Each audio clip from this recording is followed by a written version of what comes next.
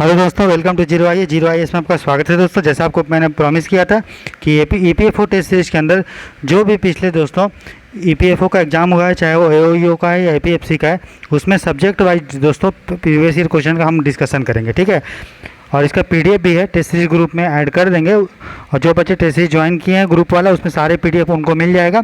इसका भी PDF दोस्तों मिल जाएगा। ठीक है, इस लेक्चर में हम लोग जो है एक्सप्लेनेशन करेंगे। मैं एक्सप्लेन करूँगा आपको जो इतने भी क्वेश्चन अकाउंटिंग का आया है दोस्तों प्रीवियस ईयर क्वेश्चन में। टोटल जो है 30-32 क्वेश्चन आया है दोस्तों, उसको हम लोग डिस्कस करेंगे। ठीक है, तो देख रहे हैं दोस्तों आप जीरो आई ऐसा चैनल, इस लेक्चर को प्रेजेंट कर रहा हूँ मैं दोस्तों। मेरा नाम राहुल बनवाल है, मैं EPFO में एक सिलेक्टेड ऑफिसर हूँ दोस्तों। इसके पहले जो AOEO का एग्जाम हुआ था उसमें मेरा सिलेक्शन हुआ था।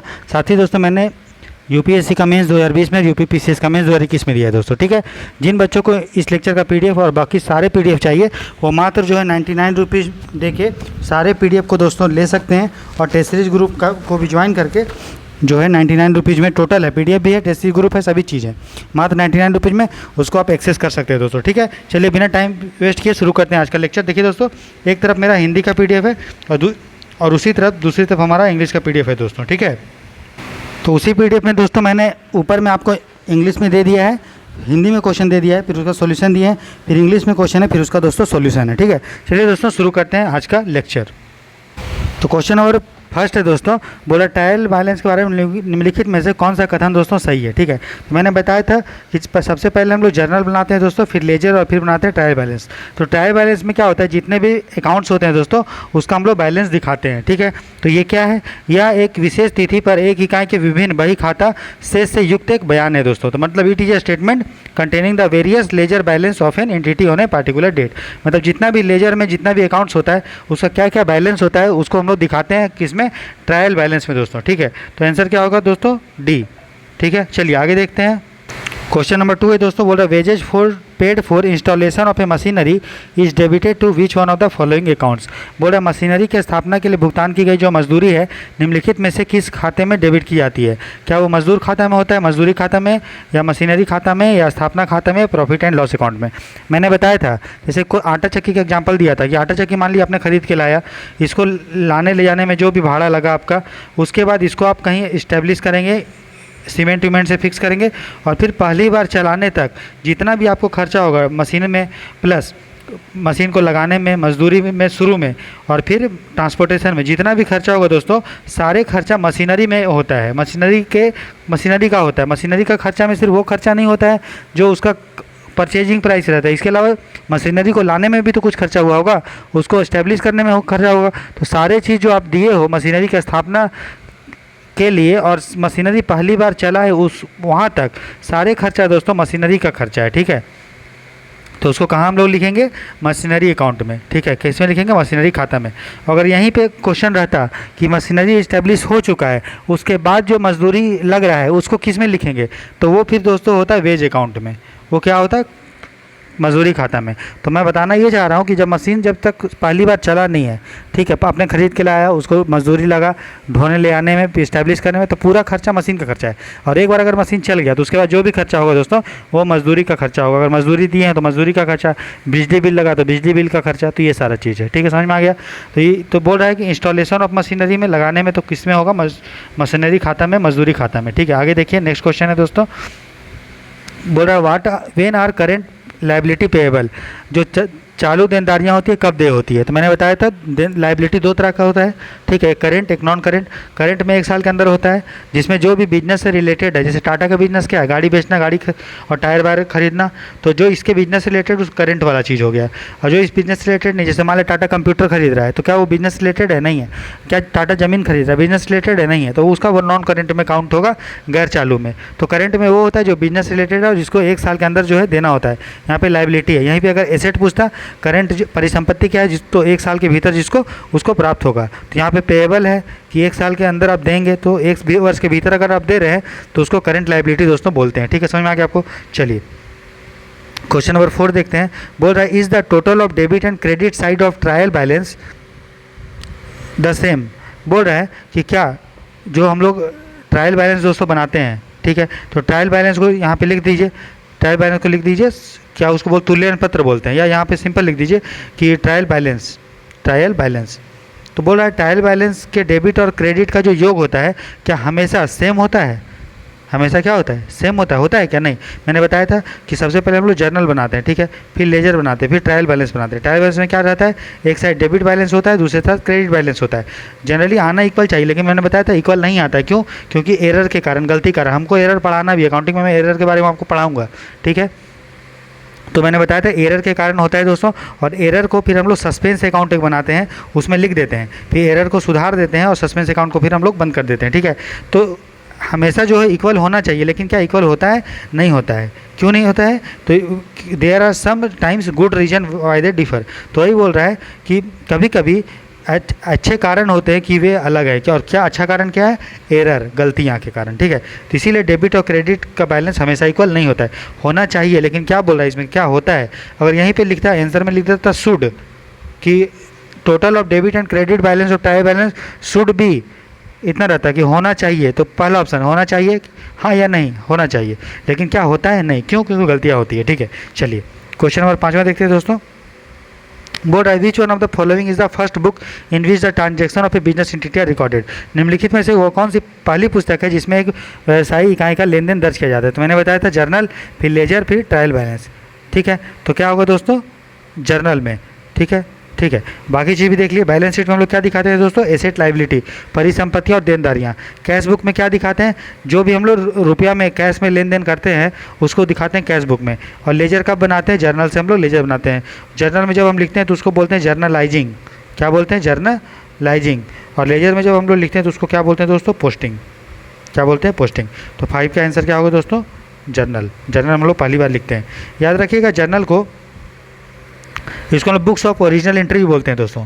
और लेजर को हम लोग बोलते हैं प्रिंसिपल बुक। क्या बोलते हैं?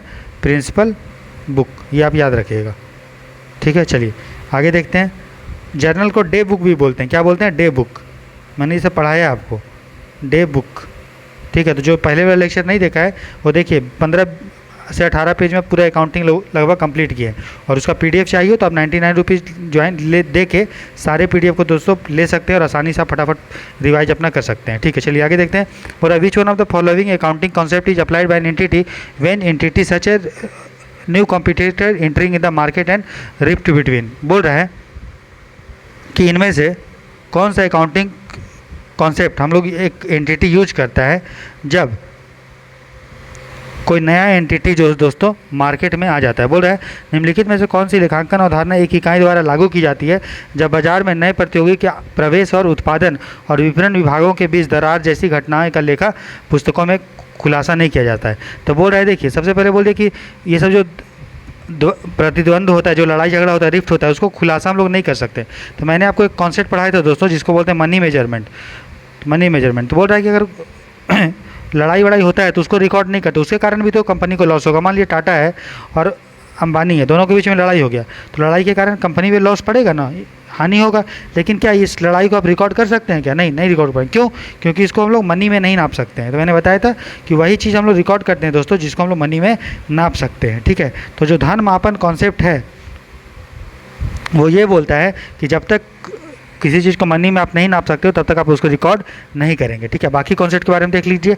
मैचिंग कॉन्सेप्ट या मिलान कॉन्सेप्ट ये बोलता है कि जिस साल का आपको इनकम, उसी साल का आपको इनकम लेना है जिस साल का आपको उसका एक्सपेंडिचर लगना है। मतलब अगर टाटा गाड़ी बना के बेच रहा है, ठीक है, तो टाटा सिर्फ ये देखेगा कि गाड़ी बनाने में कितना खर्चा हुआ है, ये नहीं कि देखेगा कि यार कंप्यूटर भी हम तो लिए थे। नहीं, कंप्यूटर तो उसका बिजनेस थोड़ी है। जो चीज़ बिजनेस से रिलेटेड है उसके लिए कितना मेरा आय हो रहा है और उसके लिए कितना मेरा व्यय हो रहा है, इनकम एक्सपेंडिचर कितना हो रहा है उसी साल के लिए और उसी चीज़ के लिए जो उसका बिजनेस है, उसको हम लोग मैचिंग बोलते हैं, ठीक है। चलिए, रेवेन्यू रिकॉग्निशन कॉन्सेप्ट ये बोलता है दोस्तों कि जब आपका लेन देन हुआ है, ट्रांजैक्शन हुआ है, तब उसी समय रिकॉर्ड करो, ना कि पैसा आपको कब मिला है, ठीक है। सेटलमेंट कब हुआ है तब कोई रिकॉर्ड नहीं करना है। जब आपने लेन देन किया है, सामान बेचा है या खरीदा है, तब रिकॉर्ड करो, पैसा कभी भी मिले। कॉस्ट कॉन्सेप्ट ये बोलता है दोस्तों कि किसी चीज़ को हम लोग रिकॉर्ड करेंगे तो वो हिस्टोरिकल कॉस्ट पे करेंगे। किस पे करेंगे? हिस्टोरिकल कॉस्ट पे। हिस्टोरिकल कॉस्ट मतलब ओरिजिनल प्राइस पे। जैसे कि मान लीजिए आपने कोई बिल्डिंग खरीदा, ठीक है, 10 लाख में, अगले साल क्या ये बिल्डिंग का दाम बढ़ के हो सकता है 12 लाख हो जाएगा, तो क्या आपने अगले साल आपने अकाउंटिंग में क्या आप उसको बिल्डिंग का प्राइस 12 लाख दिखा देंगे? नहीं दिखाएंगे। क्यों? क्योंकि आप उसको हिस्टोरिकल कॉस्ट पे जो शुरू में जो प्राइस पे रिकॉर्ड किए थे उसी प्राइस पे आप उसको लिखेंगे। तो शुरू प्राइस में कितना लगा था आपका? 10 लाख, तो 10 लाख लिखिएगा, 12 लाख नहीं लिखेंगे। तो वो बोलता है दोस्तों कॉस्ट कॉन्सेप्ट, ठीक है, इसको बोलते हैं हिस्टोरिकल कॉस्ट, ठीक है। तो 6 का आंसर क्या होगा दोस्तों? बी। ये सारी चीज़ हम लोगों ने आपको पढ़ाया है, ठीक है।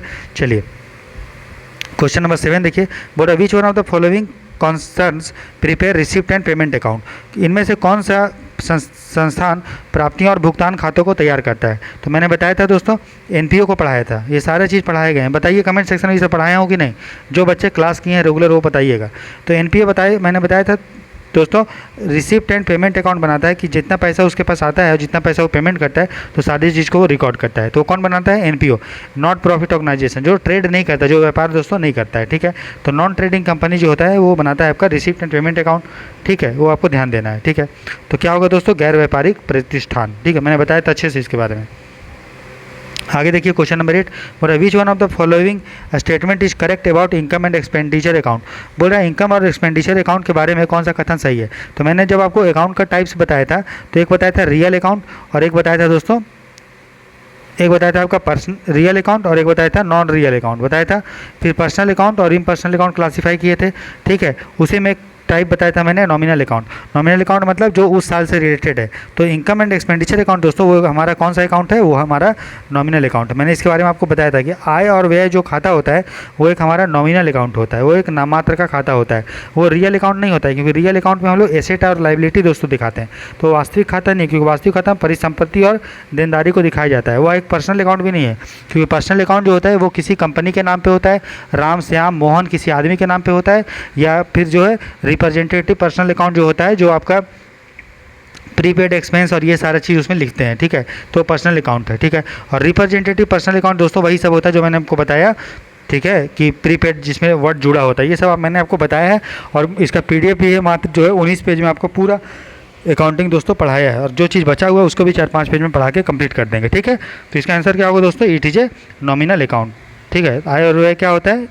एक नॉमिनल अकाउंट होता है, ठीक है। चलिए आगे देखिए, बोल रहा है in case of gold, gold के रिस्पेक्ट में, ठीक है, गोल्ड मतलब सोना। तो बोल रहा है सोने के रिस्पेक्ट में हमको बताना है कि revenue recognise in the accounting period in which the gold is. बोल रहा है सोने के मामले में राजस्व को लेखा अवधि में मान्यता दी जाती है जिसमें सोना। बोल रहा है कि सोना को हम लोग कब रिकॉर्ड करेंगे? सोना को जो हम लोग लिखेंगे रेवेन्यू की, सोना से हमको इतना रेवेन्यू मिला है तो उसको कब रिकॉर्ड करेंगे, ठीक है। तो देखिए, तो जब दोस्तों सोना को आपने मान लीजिए खनन किया, माइनिंग कर लिया, उसके बाद जब उसको डिलीवरी करते हैं तभी उसको रिकॉर्ड करते हैं, ठीक है। कब वो बिका कब नहीं बिका ये उससे मतलब नहीं है, ठीक है। जब भी आप उसको जो है डिलीवरी किसी को कर देते हैं तो सोना को उसी समय हम लोग उसका रेवेन्यू लिख देते हैं, ठीक है, जब उसको वितरित किया जाता है तब। ये आपको ध्यान रखना है, ठीक है।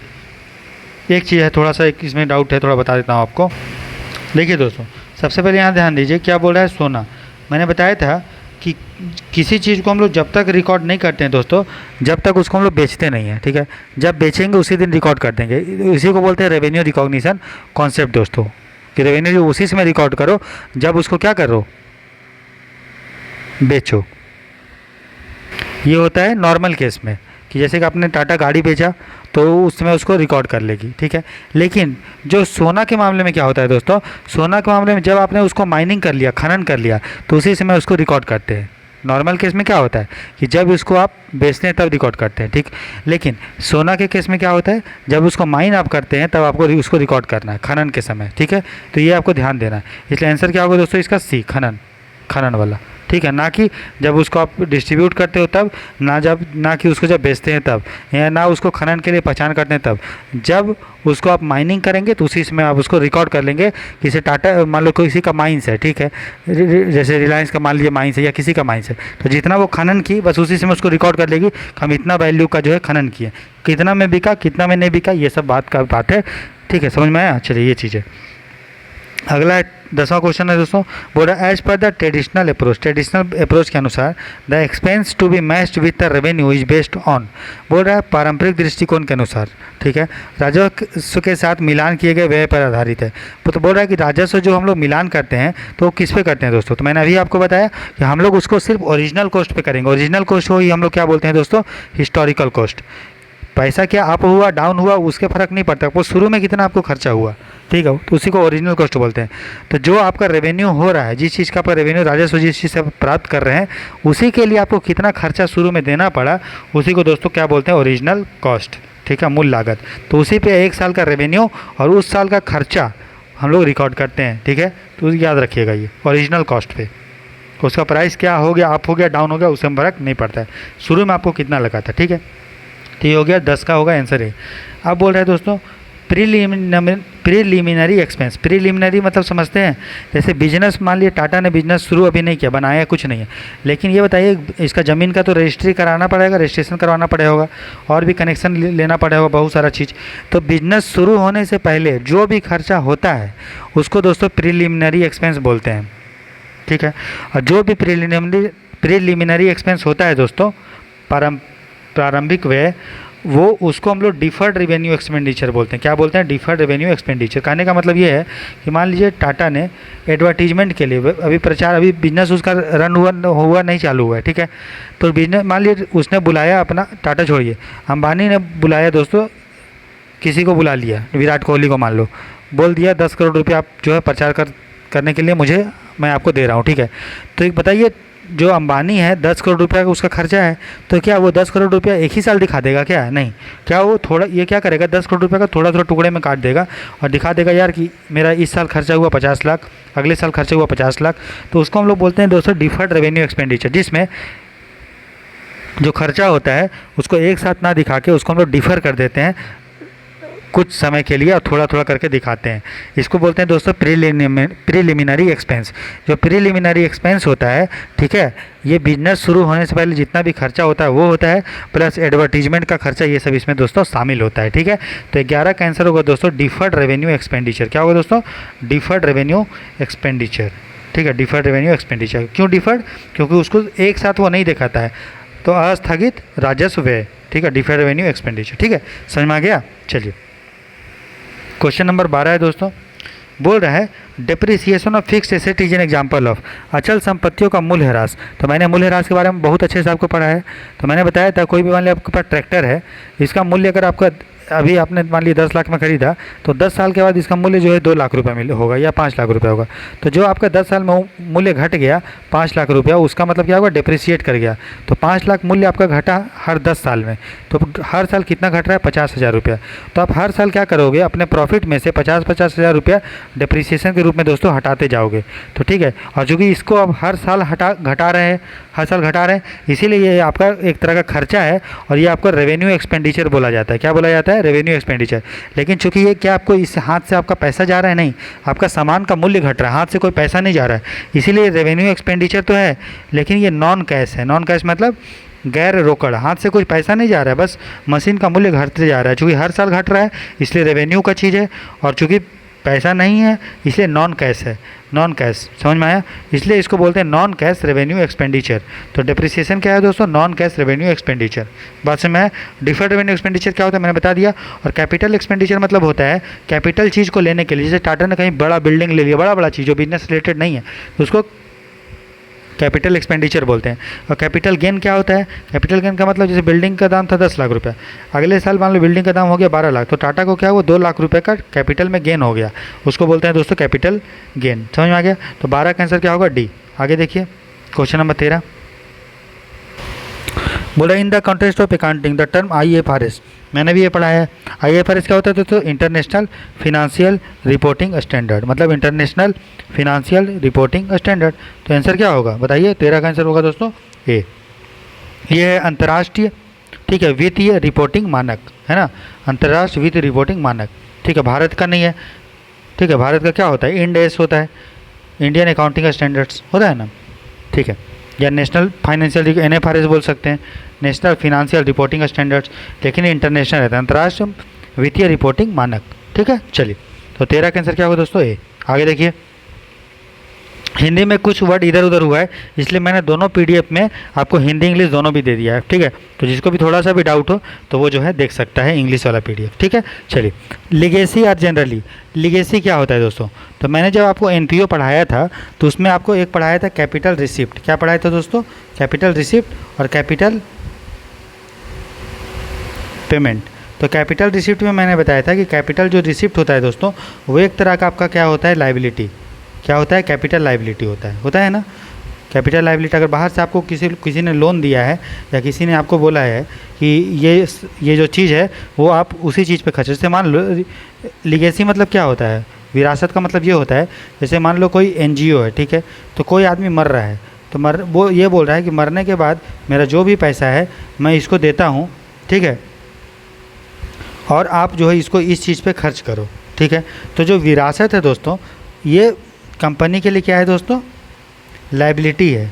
क्यों लायबिलिटी है, क्योंकि इसको इसी चीज़ के लिए वो खर्च करना है, और वो चूँकि बार बार का चीज़ है नहीं, वो कैपिटल है, रेवेन्यू नहीं तो है नहीं कि जो बार बार आएगा लीगेसी, वो क्या आएगा, कभी कभार आएगा, और प्लस ये लायबिलिटी बन जा रहा है, देनदारी बन रहा है। तो जो भी देनदारी होगा या परिसंपत्ति होता है वो जनरली करंट का पार्ट होता है, रेवेन्यू का पार्ट होता है, ठीक है, रेवेन्यू का। और चूँकि लीगेसी के बारे में बताया था, लीगेसी जो होता है वो कैपिटल रिसिप्ट है, उससे एक लायबिलिटी होता है, और जो भी कैपिटल चीज़ होता है वो हमारा एसेट होता है, और उसके लिए हमको उसको कहाँ लिखते हैं दोस्तों, बैलेंस शीट में। ये इनकम नहीं है। क्यों नहीं इनकम है, क्योंकि ये बिजनेस से रिलेटेड नहीं है, ये एक्सपेंडिचर, ये खर्चा नहीं है। क्यों नहीं खर्चा है, क्योंकि बिजनेस को तो पैसा मिल रहा है ना, खर्चा कहाँ है। ये कैपिटलाइज तो होगा लेकिन सस्पेंस अकाउंट में नहीं होगा। सस्पेंस अकाउंट में तो भैया हम लोग जब ट्रायल बैलेंस बनाते हैं तो जो भी हम लोग एसेट जो डेबिट और क्रेडिट नहीं मिलता है तो वो वाला अमाउंट वहाँ लिख देते हैं। तो लीगेसी जो होता है दोस्तों, उसको हम लोग पंजीकृत कर देते हैं क्योंकि वो कैपिटल होता है, और उसको बैलेंस शीट में दिखाते हैं। बैलेंस शीट में क्यों दिखाते हैं, क्योंकि हमारा ये क्या है, लायबिलिटी है, ठीक है। तो 14 का आंसर क्या होगा दोस्तों, ए, ठीक है। चलिए क्वेश्चन नंबर 15 देखिए, बोल रहा था abnormal loss on consignment. Consignment तो मैंने पूरा नहीं पढ़ा है, लेकिन एबनॉर्मल लॉस के बारे में बताया था। एबनॉर्मल लॉस का क्या होता है दोस्तों, जैसे कि मान लीजिए कोई फैक्ट्री है, ठीक है, जैसे मान लीजिए आप एक बिजनेसमैन है, व्यापारी हैं, सेब बेचते हैं, ठीक है। तो आपने सेब मंगाया दोस्तों कहाँ से, जम्मू कश्मीर थे। तो जब आपको पता है कि यार 100 सेब अगर जम्मू कश्मीर से मंगाएंगे तो रास्ता में 4-5 सेब ख़राब हो जाएगा, आपको पता है नॉर्मल। तो जो चीज़ आपको पता होता है वो आपका नॉर्मल लॉस होता है, सामान्य हानि, ठीक है।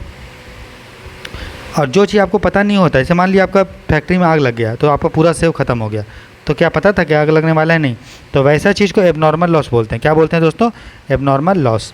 तो बोल रहा है कि जो एबनॉर्मल लॉस होता है कंसाइनमेंट में, कंसाइनमेंट मतलब वही जो माल गया एक जगह से दूसरी जगह, तो उसमें जो एबनॉर्मल लॉस है, मान लो गाड़ी लेके आ रहा था, गाड़ी का एक्सीडेंट हो गया तो एबनॉर्मल लॉस हो गया, पता तो नहीं था होने वाला है। तो जो भी हमारा एबनॉर्मल लॉस होता है उसको हम लोग कहाँ दिखाते हैं, कहाँ हम लोग उसको क्रेडिट करते हैं दोस्तों, ठीक है।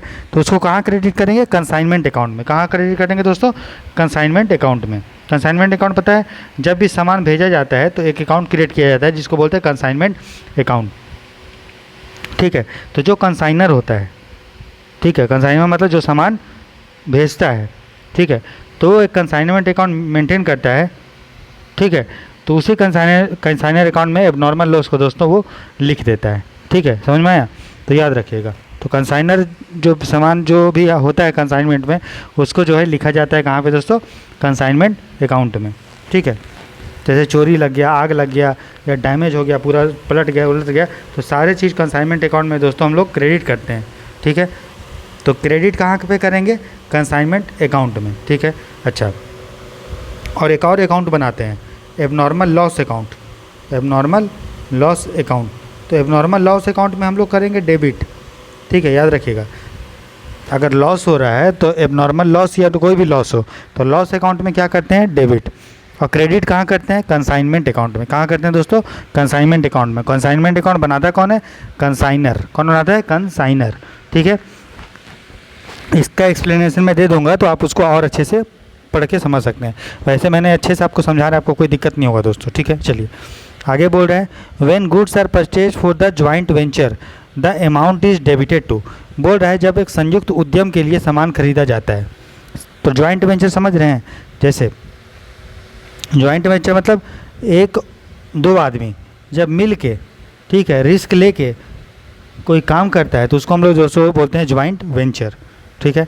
तो बोल रहा है जब गुड्स परचेज किया जाता है ज्वाइंट वेंचर के लिए, मतलब दोनों आदमी जब मिल के सामान को परचेज करेगा तो जो भी खर्चा है उसको हम लोग दोस्तों कहाँ दिखाते हैं। तो चूँकि ये ज्वाइंट वेंचर का खर्चा है, पूरा कंपनी के मिल का खर्चा है, तो कहाँ दिखाएंगे उसको हम लोग, चूँकि खर्चा हो रहा है ना, खर्चा हो रहा है तो आपका एक्सपेंस क्या हो रहा है, बढ़ रहा है। तो क्लियर के फार्मूला से मैंने बताया था कि जब भी आपका एसेट और एक्सपेंस ए और ई, एसेट और एक्सपेंस बढ़ता है तब क्या होता है आपका डेबिट। ठीक है, तो यहाँ पे आप गुड्स खरीद रहे हो तो आपका हो रहा है खर्चा, और खर्चा किसका हो रहा है, क्या एक आदमी का हो रहा है क्या, नहीं, किसका हो रहा है, पूरे कंपनी का हो रहा है, जॉइंट वेंचर का हो रहा है।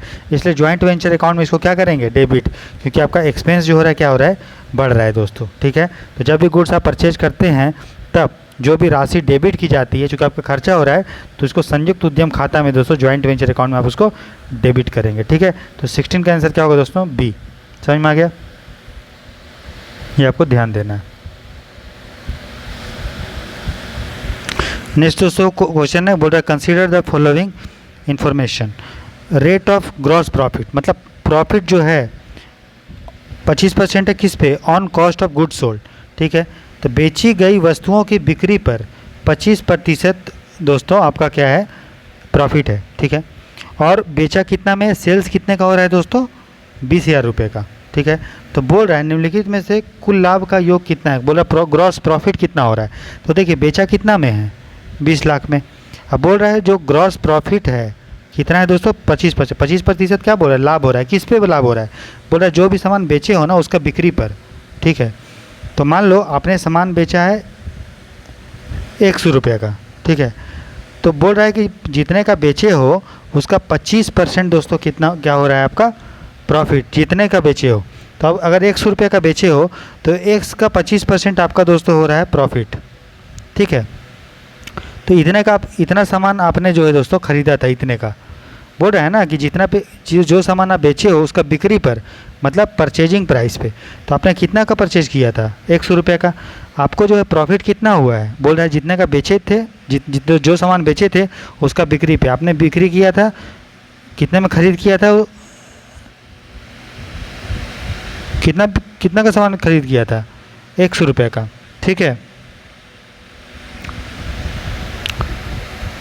तो 100 रुपये का आपने सामान जो है ख़रीद किया था, तो एक्स का 25% आपका प्रॉफिट हो गया, और दोनों मिला के क्या होगा आपका टोटल 20 लाख रुपये। समझ में आ रहा है ना, आपने 100 रुपये का ख़रीदा और बोल रहा है जो प्रॉफिट हुआ है ना, तो जितना का आपने ख़रीदा था ना उसी का है 25%। तो यहाँ पे अगर आप सॉल्व करेंगे तो x प्लस 0.25x बराबर 20 लाख। ठीक है, तो 1.25x बराबर कितना, 20 लाख। तो काटेंगे अगर तो ये 3 जीरो 2 जीरो नीचे आएगा, तो 25 से 125, 25 चौका 100 और 5 चौका 20। ठीक है, तो एक से कितना आ गया दोस्तों, 16 लाख। कितना आ गया बताइए, 16 लाख। ठीक है, 16 लाख आ गया, और आपने बेचा था कितने का सामान, 20 लाख का। तो एक्स मतलब क्या है, जितने का आप खरीदे थे, तो 20 लाख में आपने बेचा और 16 लाख में ख़रीदा, तो आपको कितना प्रॉफिट हो गया, 4 लाख का। कितना प्रॉफिट हो गया दोस्तों, 4 लाख का। तो 4 लाख होगा आंसर, है कि नहीं, 4 लाख।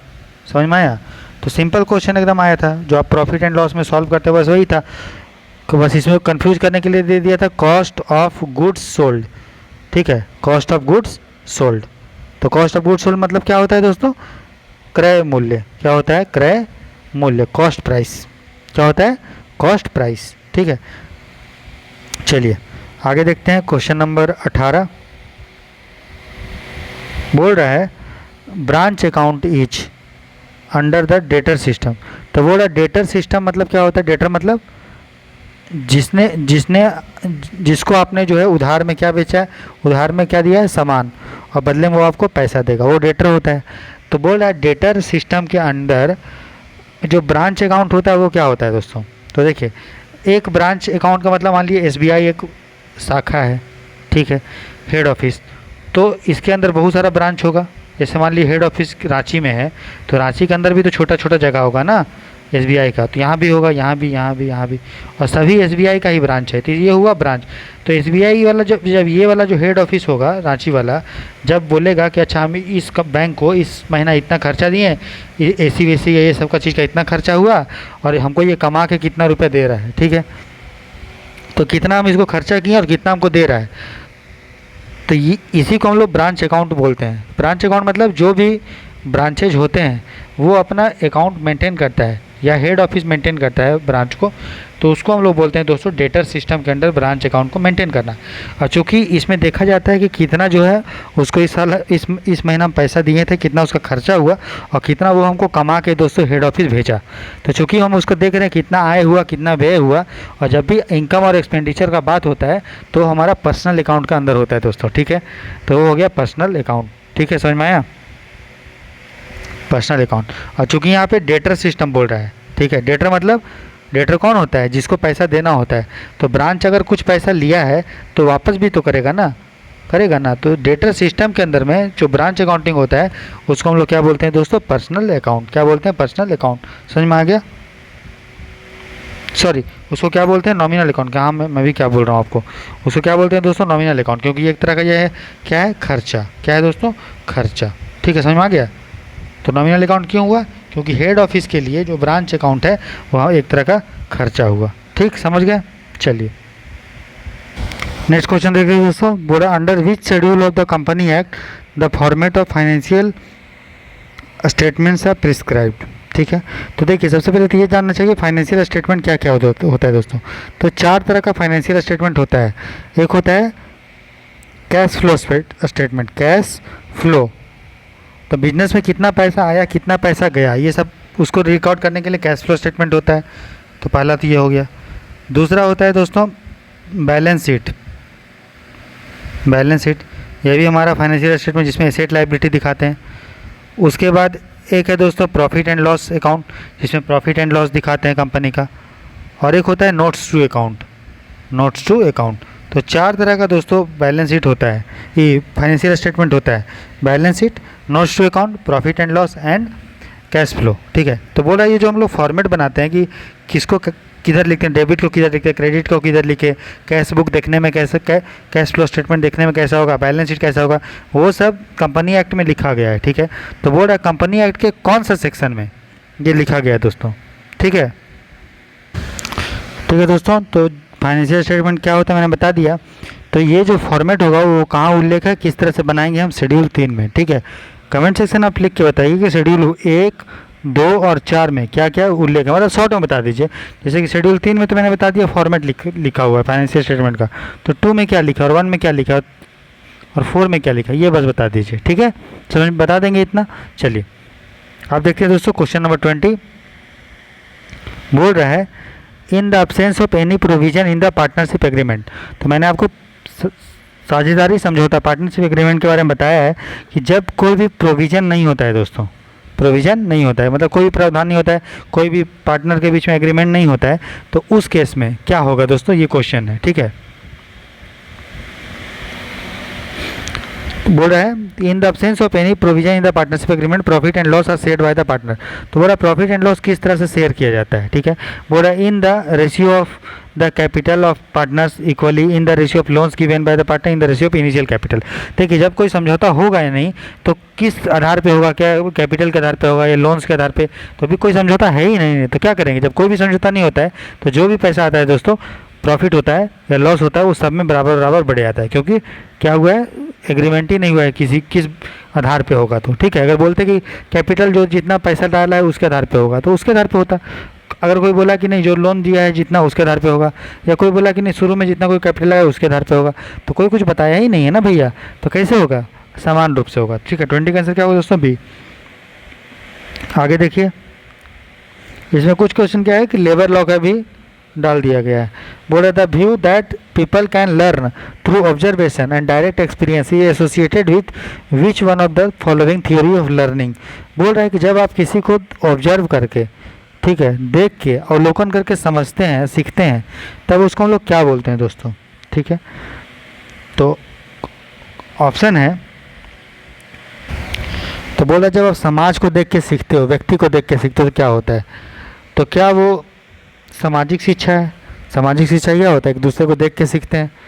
क्या वो ऑपरेंट कंडीशनिंग है। ऑपरेंट कंडीशनिंग मतलब होता है दोस्तों, ऑपरेंट कंडीशन मैंने एथिक्स में पढ़ा था, मुझे ध्यान भी नहीं आ रहा है अब क्या होता है, शायद एक ये था ऑपरेंट कंडीशन मतलब था कि हाँ, जैसे कि जो कि मैं आपको थोड़ा सा देख के बताता हूँ, ठीक है। तो ऑपरेंट कंडीशन मतलब समझ लीजिए, मान लीजिए जैसे मान लिया आप एक आदमी है, ठीक है। आपने क्या हुआ कि आपके घर में डॉगी है, ठीक है। आपने बोला कि कुछ आवाज़ दे के बुलाया और एक रोटी दे दिया, ठीक है। फिर अगले दिन आपने आवाज़ बुलाया और फिर रोटी दे दिया, फिर ऐसे ऐसे करके करते गए, तो कुत्ता को क्या लगेगा कि यार वो आवाज़ जब भी आता है तो मुझे रोटी मिलता है। तो अगले दिन क्या करिएगा, आप रोटी मत दीजिएगा, आप देखिएगा बस घंटी बजाइएगा, कुत्ता आएगा और देखिएगा उसके मुंह से लार निकलने लगेगा, मतलब उसको लगेगा कि मुझे रोटी मिलने का, ठीक है। तो उसको बोलते हैं दोस्तों ऑपरेंट कंडीशनिंग। मतलब आपने क्या किया, किसी थर्ड चीज़ से एक किसी दूसरे चीज़ पे प्रभाव डाला, उसका बिहेवियर चेंज किया, ठीक है, उसको बोलते हैं ऑपरेंट कंडीशनिंग, ठीक है।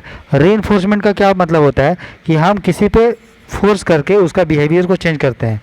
इसमें आदमी सीखता नहीं है बल्कि रीइंफोर्स करता है, बोला जाता है कि आप ऐसा करो, आप ऐसा करो, उसको रीइंफोर्समेंट बोलते हैं। क्लासिकल कंडीशनिंग भी लगभग उसी ऐसा होता है, लेकिन इसमें क्या होता है, एक कोई प्रभाव से चीज़ को रिलेट कर देते हैं। जैसे कि अगर हमको किसी को कहीं पे अगर करप्शन को दूर करना है, तो अगर हम सज़ा देंगे, मान लो कोई किसी ने करप्शन किया, उसको सज़ा दिए, ठीक है, भयंकर, ठीक है, उसको उम्र कह दिए, तो फ्यूचर में कोई भी करप्शन करने से पहले सोचेगा, क्यों? क्योंकि उसको सज़ा मिलेगा, इसलिए वो नहीं करप्शन करने से करप्शन नहीं करेगा कि ये अच्छा चीज़ है, इसलिए रोक रहा है कि भैया मुझे सज़ा मिल सकता है। तो एक कंसिक्वेंस आप उसको जोड़ दिए, ठीक है, उसको क्लासिकल कंडीशनिंग बोलते हैं।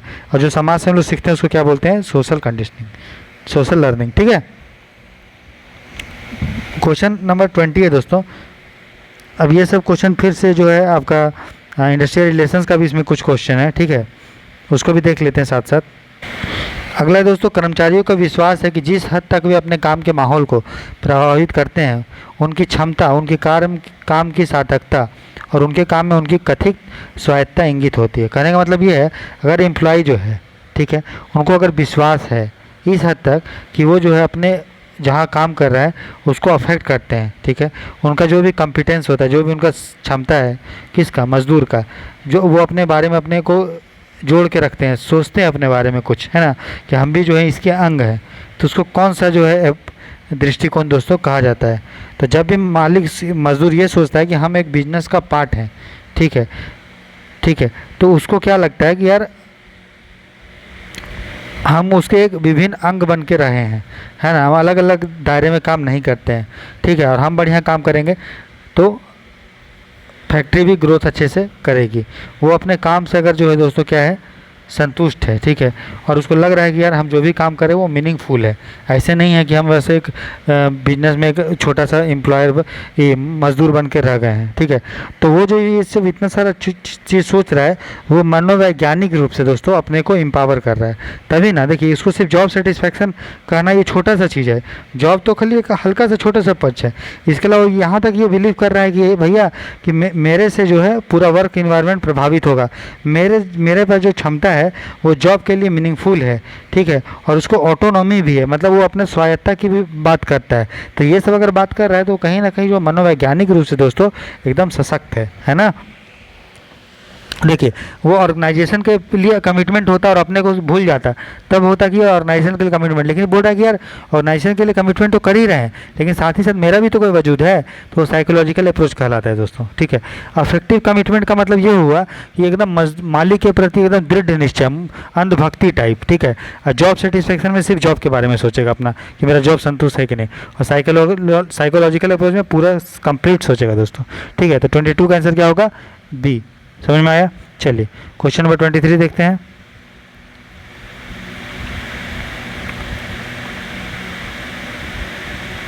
बोल रहा है,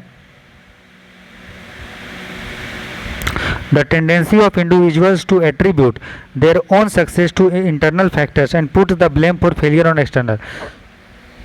मतलब जब अगर सक्सेस मिलता है तो बोलता है कि हम किए हैं, और फेल अगर मिलता है तो वो दूसरे पर ठीकरा फोड़ देता है। तो जब व्यक्ति को अपनी सफलता का श्रेय आंतरिक कारकों को देने की प्रवृत्ति और बाहरी कारकों पर विफलताओं के लिए दोष इंगित करता है, तो इसको क्या बोलते हैं? क्या उसको फंडामेंटल एट्रीब्यूशन एरर बोलते हैं, मौलिक आरोपण त्रुटि, या उसको सेल्फ सर्विंग बायस बोलते हैं, स्वयं सेवा पूर्वाग्रह बोलते हैं, या उसको सिलेक्टिव परसेप्शन बोलते हैं, चयनात्मक धारणा, या कॉन्ट्रास्ट इफेक्ट बोलते हैं। तो अगर वो बायस्ड है कि भैया हम जो काम कर रहे हैं ना वो अच्छा चीज़ है, अगर हमको मिल रहा है तो हम ही कर रहे हैं, अगर सफलता मिला है तो हम किए हैं, और अगर असफलता मिला है तो वो किया है, दूसरे पर ठीकरा फोड़ना, तो उसको बोलते हैं दोस्तों सेल्फ सर्विंग बायस। क्या बोलते हैं? स्वयं सेवा पूर्वाग्रह। मतलब ऐसा वो पूर्वाग्रह मान के है कि भैया हमको अगर कंपनी को सक्सेस होता है तो उसको जिम्मेदार हम हैं, और फेल होता है तो साला वो खुद है। समझे? उसको क्या बोलते हैं? सेल्फ सर्विंग बायस दोस्तों। ठीक है, अगला क्वेश्चन है दोस्तों, क्वेश्चन नंबर 24 बोल रहा है इंट्यूटिव डिसीजन मेकिंग मीन्स सहज निर्णय लेने का अर्थ है दोस्तों। इंट्यूटिव मतलब क्या होता है कि हम जो है सोचते हैं, इंट्यूशन जो अंदर से आवाज़ आती है वो। ठीक है, तो जब हम कॉन्शियसली किसी चीज़ को दोस्तों सोचते हैं, ठीक है, और तो इंट्यूटिव का मतलब क्या होता है कि यार हमको ऐसा लग रहा है, गट नहीं बोलते, गट फीलिंग आ रहा है, अंदर से लग रहा है, अंदर से लग रहा है, सोच नहीं रहा है, मतलब बहुत पूरा एकदम सचेत होके, गैर सचेत होके, जैसे इंट्यूशन बोलते हैं, क्या बोलते हैं, हमको अंदर से लग रहा है। जैसे कि अभी बागेश्वर धाम वो सचेत, मतलब उसको नहीं बोलेंगे, थोड़ी कंट्रोवर्शियल हो जाएगा। जैसे हम इंट्यूटिव का मतलब ये होता है कि बिना सचेत हुए जो है दोस्तों अपने अनुभव से कुछ बोलना, उसको हम लोग बोलते हैं इंट्यूटिव डिसीजन मेकिंग। जैसे एक फैक्ट्री है, ठीक है, उसमें जो सभी लोग डिस्कस कर रहे हैं तो बोलते हैं ना सर हमको ऐसा लग रहा है, तो वो अभी लॉजिक नहीं लगाया कि यार सही में पॉजिटिव नेगेटिव शब्द के ताकि नहीं, जब अंदर से अपने लगे इंट्यूशन से, तब उसको बोलते हैं दोस्तों इंट्यूटिव डिसीजन मेकिंग। तो नाम में ही अगर आप अच्छे से पढ़ेंगे इंट्यूटिव तब आपको पता चल जाएगा। ठीक है, समझ में आया? चलिए, तो क्या होगा? एक गैर सचेत प्रक्रिया से निर्मित आसूत अनुभव। ठीक है, समझ में आया? चलिए, अगला बोल रहा है दोस्तों a group whose efforts result in performance that is greater than the sum of the individual input is called। बोल रहा है एक ऐसा समूह जिसके प्रयासों के परिणाम स्वरूप, ठीक है, परिणाम स्वरूप व्यक्तिगत इनपुट के योग्य से अधिक प्रदर्शन होता है। मतलब बोल रहा है कि ग्रुप अगर काम करता है तब उसका परफॉर्मेंस ज़्यादा अच्छा होता है, और अगर इंडिविजुअल काम करता है तो उसका परफॉर्मेंस उतना अच्छा दोस्तों नहीं होता है। तो इसको हम लोग क्या बोलते हैं? ठीक है, ये हमारा प्रश्न है। तो इसको क्या बोलते हैं कि भैया टीम में काम करो, एकदम टीम वर्क के जैसा काम करो। तो टीम अगर में काम करेगा तो बढ़िया होगा, और टीम अगर काम नहीं होगा तो इंडिविजुअल काम करेगा तो परफॉर्मेंस उतना अच्छा नहीं होगा। जैसे क्रिकेट टीम होता है, मिल के काम करेगा तो क्या होगा दोस्तों? Work team. क्या होगा? 25 का बी। ठीक है, समझ में आ रहा है? चलिए, तो क्या होगा? Work team. आगे देखिए, क्वेश्चन नंबर 26 बोल रहा है the concept that a subordinate should have only one supervisor to whom he और she is directly responsible to is known as. बोल रहे हैं एक ऐसा सिस्टम है, ठीक है, जिसके में बहुत सारे लोग तो हैं, एक सबऑर्डिनेट है, लेकिन उसके ऊपर सिर्फ एक ही सुपरवाइजर है। ठीक है, मतलब सुपरवाइज करने वाला एक है, ठीक है, उसके नीचे कोई नहीं है। समझ में आया? एक व्यक्ति है, वही सबको सुपरवाइज कर रहा है। ठीक है, तो इसको दोस्तों क्या बोलता है? इसको हम लोग क्या बोलेंगे? Unity of command. Unity of command मतलब क्या है? एक आदमी के ऊपर बस एक है, इसके ऊपर कोई नहीं और इसके नीचे भी कोई नहीं। ठीक है, मतलब एक सबऑर्डिनेट है, सब सबऑर्डिनेट है, उसके ऊपर मात्र एक व्यक्ति जो, तो इसको क्या बोलेंगे? Unity of command. मतलब कमांड की एकता नहीं होगा, कमांड की यूनिटी। ठीक है, स्पैन ऑफ कंट्रोल मतलब होता है दोस्तों कि कंट्रोल जो है बहुत सारे लोगों इंटरवल में दे देना।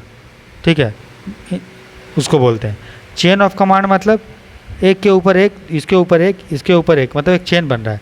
और अथॉरिटी कंट्रोल का मतलब क्या होता है? कोई रिस्पॉन्सिबिलिटी नहीं होता, बस ऊपर से जो बोला जाएगा आपको मानना पड़ेगा। ठीक, आप कुछ नहीं बोल सकते हो, उसको अथॉरिटी कंट्रोल बोलते हैं। समझ में आया? तो सब चीज़ चारों ऑप्शन समझ गए ना? स्पैन ऑफ कंट्रोल का मतलब होता है कुछ समय के लिए, कुछ ड्यूरेशन के लिए आपको कंट्रोल होगा। यूनिटी ऑफ कमांड में एक आदमी के ऊपर बस एक रहेगा। चेन ऑफ कमांड में एक के ऊपर एक, उसके ऊपर एक, उसके ऊपर एक। अथॉरिटी कंट्रोल में क्या होगा? ऊपर से जो भी ऑर्डर आएगा आपको मानना पड़ेगा, आपका कुछ नहीं चलेगा। तो 26 का आंसर क्या होगा दोस्तों? बी होगा। क्या होगा? डी। ठीक है,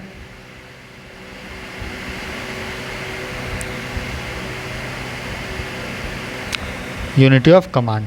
ठीक है, आगे देखिए, बोल रहा है which one of the following appraisal methods combines the benefit of narratives, critical incidents and quantified scales by assigning scale points with specific example of good और पुअर परफॉर्मेंस। देखिए दोस्तों, अगर कुछ क्वेश्चन आपसे नहीं बन रहा है तो छोड़ो, ये अकाउंटिंग का क्वेश्चन वैसे है नहीं, ठीक है। ये जो अभी 3 4 5 क्वेश्चन आए वो आपका इंडस्ट्रियल रिलेशंस का बकवास क्वेश्चन, ऐसा क्वेश्चन नहीं पूछता है, ठीक है। पुराना क्वेश्चन है, पहले पूछा करता था, अब पैटर्न चेंज हुआ है। बस आप समझो इस टाइप का अगर क्वेश्चन आता है तो आपको लॉजिक लगाकर आपको सॉल्व करना, नहीं बन रहा है कोई बात नहीं, आपको सॉल्यूशन देंगे उसमें अच्छे से आप पढ़ लीजिएगा, ठीक है। तो बोल रहे बीच द फॉलोइंग अप्रेजल मेथड जो तो निम्नलिखित में से कौन सा मूल्यांकन अवधि अच्छे या खराब प्रदर्शन के विशिष्ट उदाहरणों के साथ स्केल पॉइंट निर्दिष्ट करके वर्णन महत्वपूर्ण घटनाओं और परिमाणित पैमानों के लाभों को जोड़ती है, ठीक है। ये क्वेश्चन तो इतना डिफिकल्ट है, हमें भी समझ में नहीं आया क्या बोलना चाह रहा है।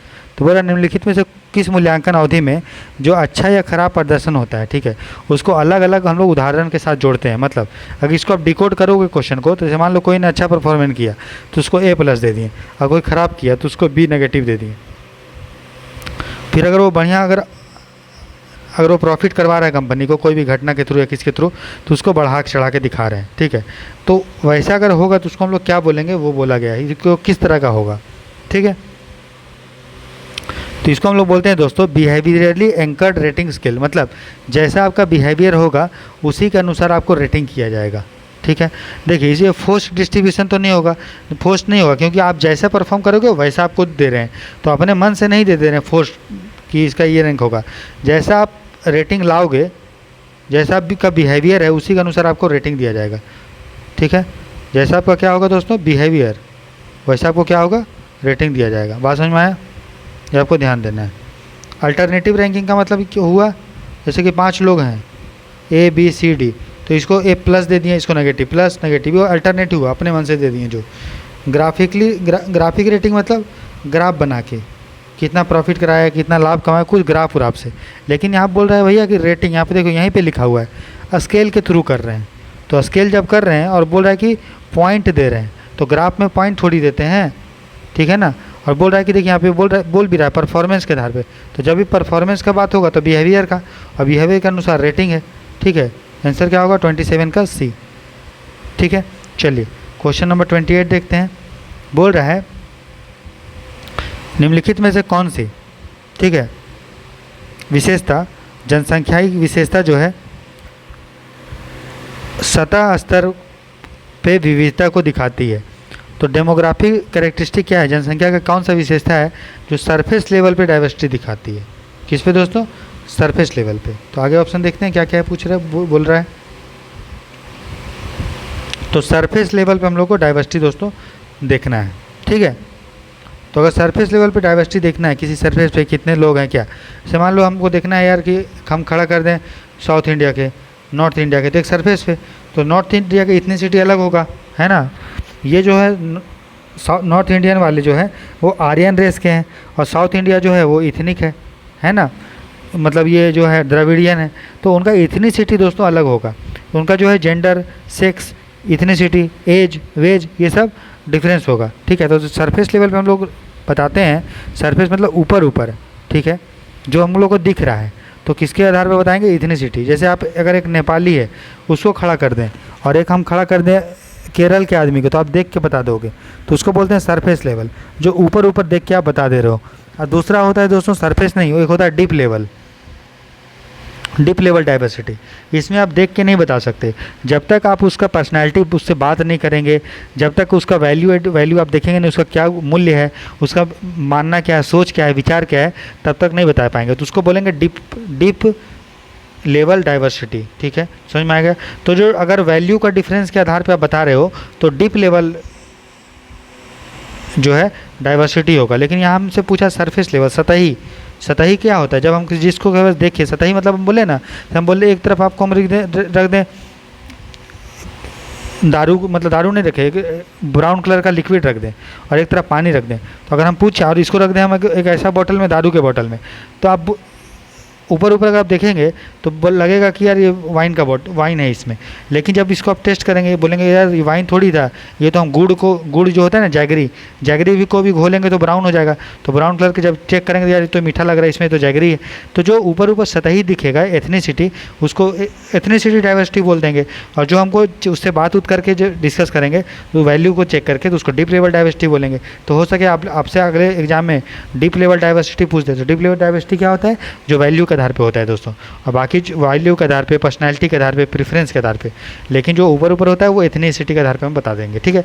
तो क्वेश्चन नंबर 29 है दोस्तों, इसलिए 28 का आंसर क्या होगा दोस्तों, बी।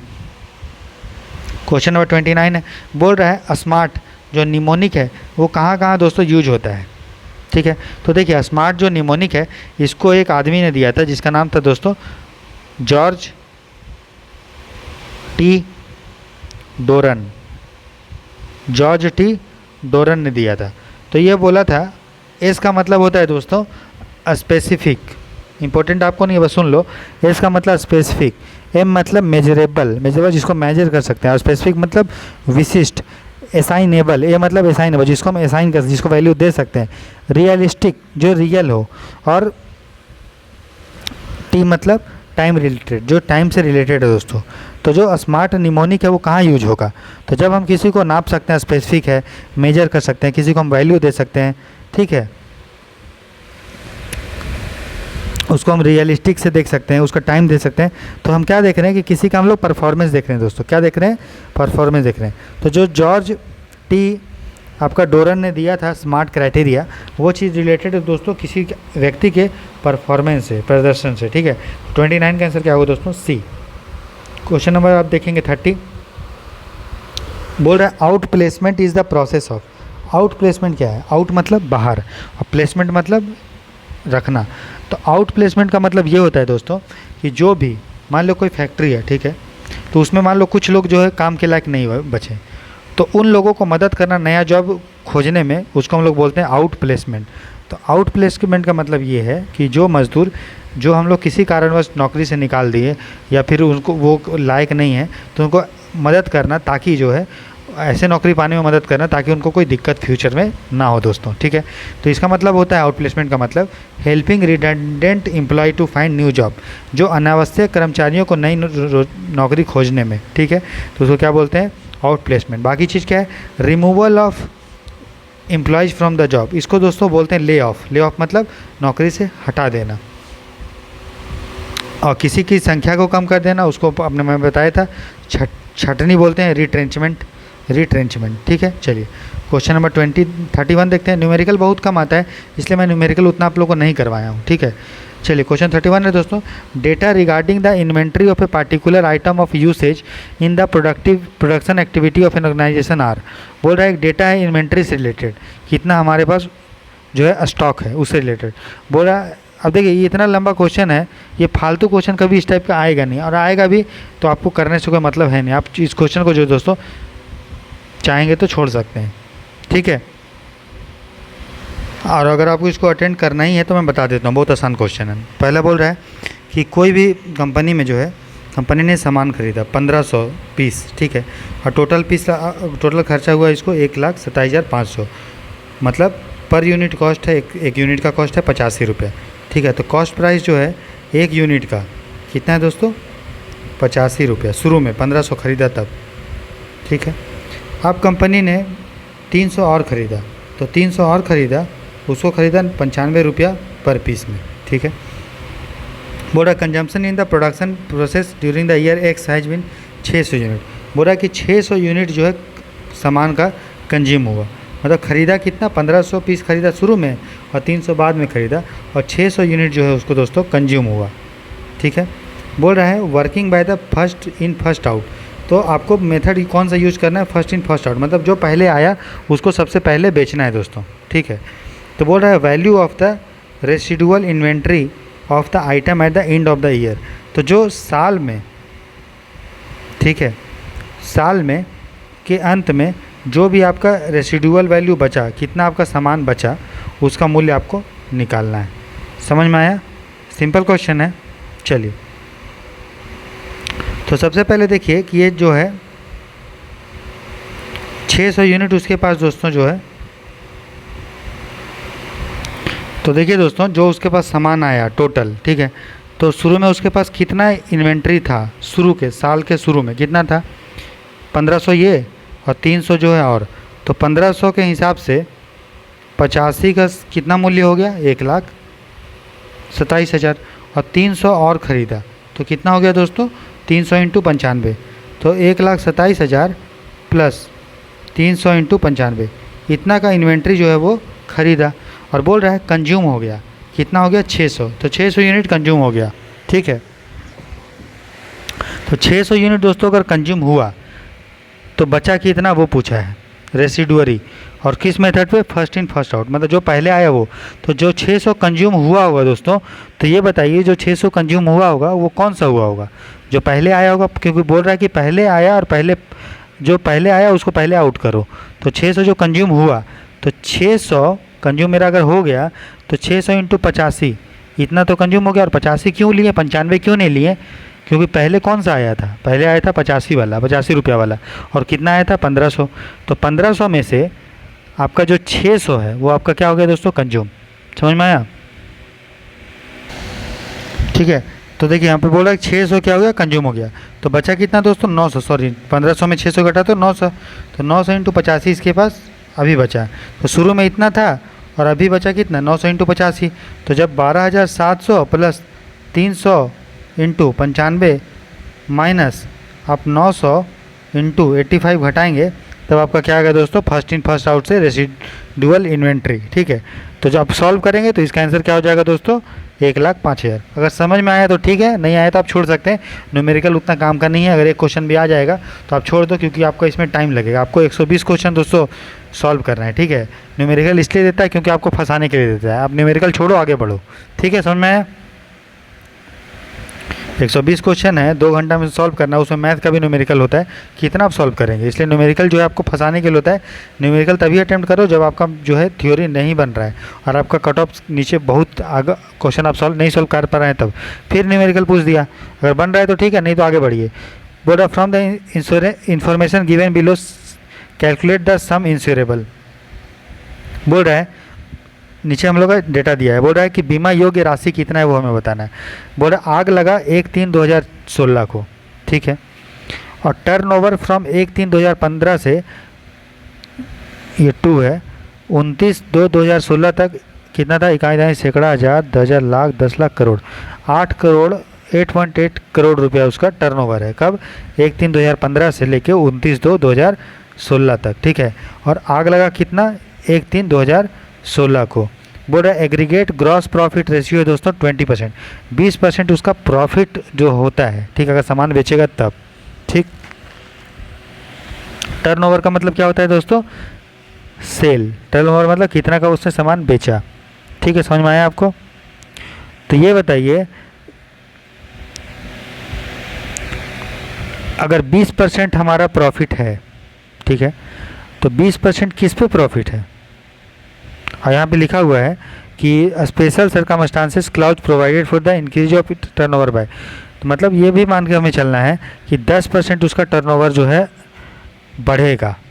ठीक है, ये भी मान के चलना, और प्रॉफिट कितना है 20%। ठीक, तो अगर 8 करोड़ 80 लाख का सामान अगर उसने बेचा है, ठीक है, तो उसको इंश्योरेंस ग्रॉस प्रॉफिट अगर हम निकालेंगे इस पे, तो 8.8 करोड़ का 20% अगर आप निकालेंगे तो आएगा आपको दोस्तों 17,60,000। ठीक है, 17,60,000 आएगा। तो इतना का तो इंश्योरेंस जो है रिसीव हुआ। ठीक है, इतना का इंश्योरेंस क्या हुआ, रिसीव हुआ। और नॉर्मल केस में लेकिन बोल रहा है कि 10% इंश्योरेंस और भी बढ़ता है, मतलब टर्नओवर 10% आपका और भी बढ़ता है। ठीक है, तो अब ये जो हमारा प्रॉफिट है, प्रॉफिट इतना आया, प्रॉफिट आ गया ना, क्योंकि जो इंश्योरेंस होगा वो प्रॉफिट पे होगा। ठीक है, अब क्या है कि 10% प्रॉफिट आपका और बढ़ता है। ठीक है, जो बोला है टर्नओवर, तो इसका 10% अगर बढ़ाएंगे तो हमारा हो जाएगा 7,60,000। कितना हो जाएगा, 7,60,000। ठीक, अब बताइए कि अब टोटल जो हमारा इंश्योरेंस कवर होगा वो कितना होगा, 17,60,000 प्लस 7,60,000। समझ में आया? 17 सॉरी बोल रहे हैं यहाँ, तो ये हो गया। हाँ, तो इसका 10% कितना हो गया, 1,76,000, और शुरू में कितना था 17,60,000। दोनों का जोड़ेंगे दोस्तों तो आपका जाएगा 19,36,000 रुपये। ठीक है, कितना जाएगा, ये कितना है 17 लाख।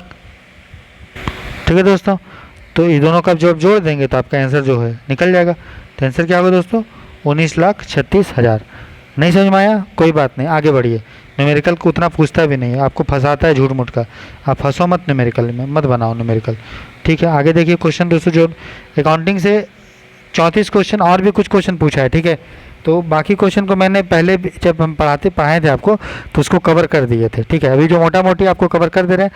मैं एक चीज़ आपसे और करूँगा कि जब से आपका जो है मतलब 18 तारीख से, ठीक है, 18 तारीख से डेली जो टेस्ट सीरीज का ग्रुप है दोस्तों, वहाँ पे ऑडियो के फॉर्म में हर सब्जेक्ट का डेली 1 आवर आपका शॉर्ट में पूरा रिवीजन करवा देंगे ऑडियो के फॉर्म में। ठीक है, तो जिनको चाहिए वो टेस्ट सीरीज ग्रुप को जो है ज्वाइन करके देख सकते हैं दोस्तों। ठीक है, तो क्वेश्चन नंबर 33 है, बोल रहा है the cost of electric power should be apportioned over different department according to.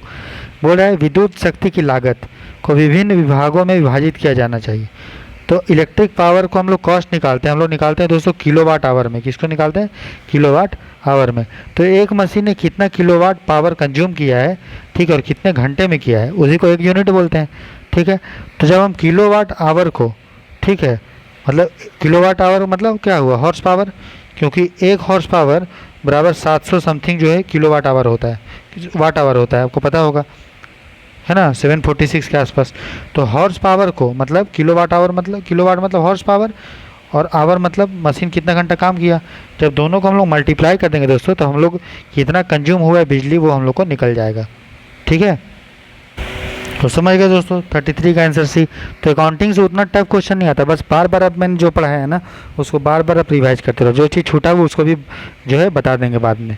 ठीक है, बोल what is the underlying accounting concept that support no anticipation of profit but provision for all possible loss. मैंने बताया कि जब भी future में कोई हानि होने वाला है तो उसका आप प्रोविजन रखो। ठीक है, हम लोग प्रोविजन और रिजर्व मैंने वो पढ़ाया भी है। और जब भी कोई लाभ होने वाला है तो उसका जो है ध्यान मत दो। ठीक है, तो एक अंतर्निहित लेखांकन और अवधारणा क्या है जो लाभ की कोई प्रत्याशा नहीं बल्कि सभी संभावित हानियों के लिए प्रावधान का समर्थन करती है। इसको क्या बोलते हैं दोस्तों? इसको बोलते हैं कंजर्वेटिज्म। क्या बोलते हैं? रूढ़िवाद। इसको हम लोग प्रूडेंस भी बोलते हैं। क्या बोलते हैं? प्रूडेंस। बाकी चीज़ क्या है देखिए, मैचिंग मैंने बता दिया। मेटेरियलिटी का मतलब ये होता है दोस्तों जो बिजनेस के लिए बहुत ज़रूरी है, जो डिसीजन मेकिंग को प्रभावित कर सकता है, उसी को रिकॉर्ड करना है, सब चीज़ को नहीं। जैसे मान लीजिए टाटा ने मीटिंग लिया, ठीक है, मीटिंग लिया, टाटा पता है करोड़ों अरबों की बिजनेस है ना। तो मीटिंग हो, मान लो 10 लोग आए और 10 लोगों ने 5-5 रुपये का या 10-10 रुपये का चाय पिया। तो 10 लोग अगर मान लिए, चलिए 10 रुपये का नहीं, चलिए 50 रुपये का भी चाय पिया 10 लोग, तो 50 × 10 कितना हुआ? 500 रुपया। तो क्या टाटा इसको अपना बिजनेस में खर्चे में जोड़ेगा क्या? नहीं। 500 रुपये क्या है टाटा के लिए? कुछ नहीं। तो कंपनी वही चीज़ रिकॉर्ड करती है जो बिजनेस के लिए मटेरियल हो, बहुत इंपॉर्टेंट हो, उसको मटेरियलिटी बोलते हैं। समझ में आ गया आपको? भौतिकता जो होता है। कंसिस्टेंसी, इसमें संगति नहीं होगा, कंसिस्टेंसी लिख लो आप।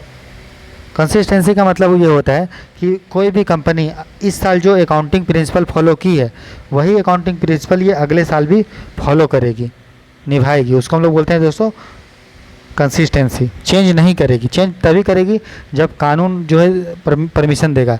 चेंज तभी करेगी जब चेंज करने से उसका कंपनी का जो है और भी अच्छे से इन्फॉर्मेशन पता चले। ऐसे ही नहीं मज़े मज़े में चेंज कर रहे हैं, ठीक है, उसको कंसिस्टेंसी बोलते हैं दोस्तों। ऐसा इसलिए हम लोग करते हैं ताकि हम लोग कंपनी का एक साल का दूसरे साल का प्रॉफिट मेजर कर पाएँ और एक कंपनी को दूसरे कंपनी से कंपेयर कर पाएँ। ठीक है दोस्तों, तो ये टोटल अकाउंटिंग का दोस्तों ख़त्म हो गया। इसका देखिए इंग्लिश में सोल्यूशन दिया हुआ है और इसका हिंदी में भी सोल्यूशन दोस्तों यहाँ पे दिया हुआ है। ठीक है, एक चीज़ आपको सुधार लेना, मैं सुधार देता हूँ आपको यहाँ पे कि देखिए जो देनदारी प्रणाली के तहत जो बैंक से खाता होता है दोस्तों, वो हमारा क्या होता है, ये यहाँ पे सुधार लो आप, वो एक नॉमिनल अकाउंट होता है। क्या होता है? तो 18 का आप सुधार लीजिए, वो एक दोस्तों नॉमिनल अकाउंट होता है। तो 18 का आंसर होगा नॉमिनल अकाउंट। ठीक है, चलिए यहाँ भी आप सुधार लो इंग्लिश वाला में भी कि जो बैंक के ब्रांच अकाउंटिंग किया जाता है, नॉमिनल ब्रांच अकाउंट जो किया जाता है डेटर सिस्टम में, मैंने बता दिया कि अगर कोई टॉप होगा हेड ऑफिस अलग अलग ब्रांच को पैसा देगा तो कितना पैसा दिया, कितना पैसा आया, आय और व्यय का होता है, इनकम एंड एक्सपेंडिचर, तो नॉमिनल अकाउंट होता है। ठीक है, तो वहाँ पे सॉल्यूशन में आप लिख लेंगे नॉमिनल अकाउंट। ठीक है, यहाँ पे तो यहाँ पे लिख दिया है, ये पर्सनल अकाउंट गलत से आप लिख दोगे नॉमिनल अकाउंट। एक्सप्लेनेशन सही है, ठीक है, लेकिन अंतर डिफरेंस है। ठीक है, समझ में आ गया? अब कल दोस्तों हम लोग industrial relations and labour law का भी प्रीवियस ईयर क्वेश्चन करेंगे और उसका सॉल्यूशन आपको पेड ग्रुप में दे देंगे, ठीक है। अब देखिए, जिन बच्चों को भी पेड ग्रुप ज्वाइन करना है, और सारे PDF जो दोस्तों सारे चीज़ मात्र 99 रुपीज़ में आपको दिया जाएगा। हर PDF के लिए अलग अलग पैसा नहीं लिया जा रहा है। 99 रुपीज़ में पूरा PDF और 5 टेस्ट सीरीज भी दिया जाएगा, 5 फुल टेस्ट दिया जाएगा सॉल्यूशन के साथ, ठीक है। प्रीवियस ईयर क्वेश्चन सभी चीज़, कोई दिक्कत नहीं होगा आपको। मात्र 99 रुपये लेने के लिए आप फ़ोनपे, गूगल पे, पेटीएम पे, किसी भी पेमेंट ऐप से आपको पेमेंट करना है, ठीक है। तो पेमेंट करना है UPI ID पे। UPI ID है दोस्तों Rahul Barnwal @YBL, Rahul Barnwal BARNWL @YBL पे 99 रुपीज़ मात्र पेमेंट करना है, ठीक है। पेमेंट करने के बाद टेलीग्राम पे एक यूजर ID है, ठीक है। क्या है user ID? @RB EPFO, Rahul Barnwal EPFO पे आपको उसका फ़ोटो खींच के भेज देना जो आपने पेमेंट किया दोस्तों। पेमेंट करने के और फ़ोटो जब आप भेज देंगे तो उसके 3 से 4 घंटा के अंदर आपको जो है टेस्टी ग्रुप में ऐड कर देंगे। कभी कभी लेट हो जाता है क्योंकि ऑफिस भी जाना होता है तो उसमें थोड़ा दिक्कत होती है, लेकिन आपको ऐड कर देंगे तुरंत, जैसे हमको देखेंगे तुरंत ऐड कर देंगे। फिर आसानी से आप टेस्ट सीरीज ग्रुप में के फाइल सेक्शन में जाके सारे PDF को दोस्तों देख सकते हैं, ठीक है। ये वाला जो PDF है अभी हम डिस्कस किए हैं, इसको हम टेस्ट सीरीज ग्रुप में ऐड करने जा रहे हैं। जिनको PDF चाहिए वो ज्वाइन कर सकता है। इस UPI ID पे आप पेमेंट करो 99 रुपीज़, उसका फ़ोटो खींच के टेलीग्राम चैनल पे इस ID पे भेजो, आपको ऐड कर देंगे दोस्तों, ठीक है। दोस्तों मिलते हैं कल इंडस्ट्रियल रिलेशंस और लेबर लॉ के साथ। तब तक के लिए अपना ध्यान रखिए, खुश रहिए। कल 2-3 लेक्चर आएगा और कल ही कोशिश करेंगे कि बहुत सारा चीज़ आपको कंप्लीट कर दें, ठीक है, प्रीवियस ईयर क्वेश्चन, ठीक है। तो मिलते हैं दोस्तों नेक्स्ट पार्ट में। तब तक के लिए खुश रहिए, मस्त रहिए, टेक केयर, बाय बाय।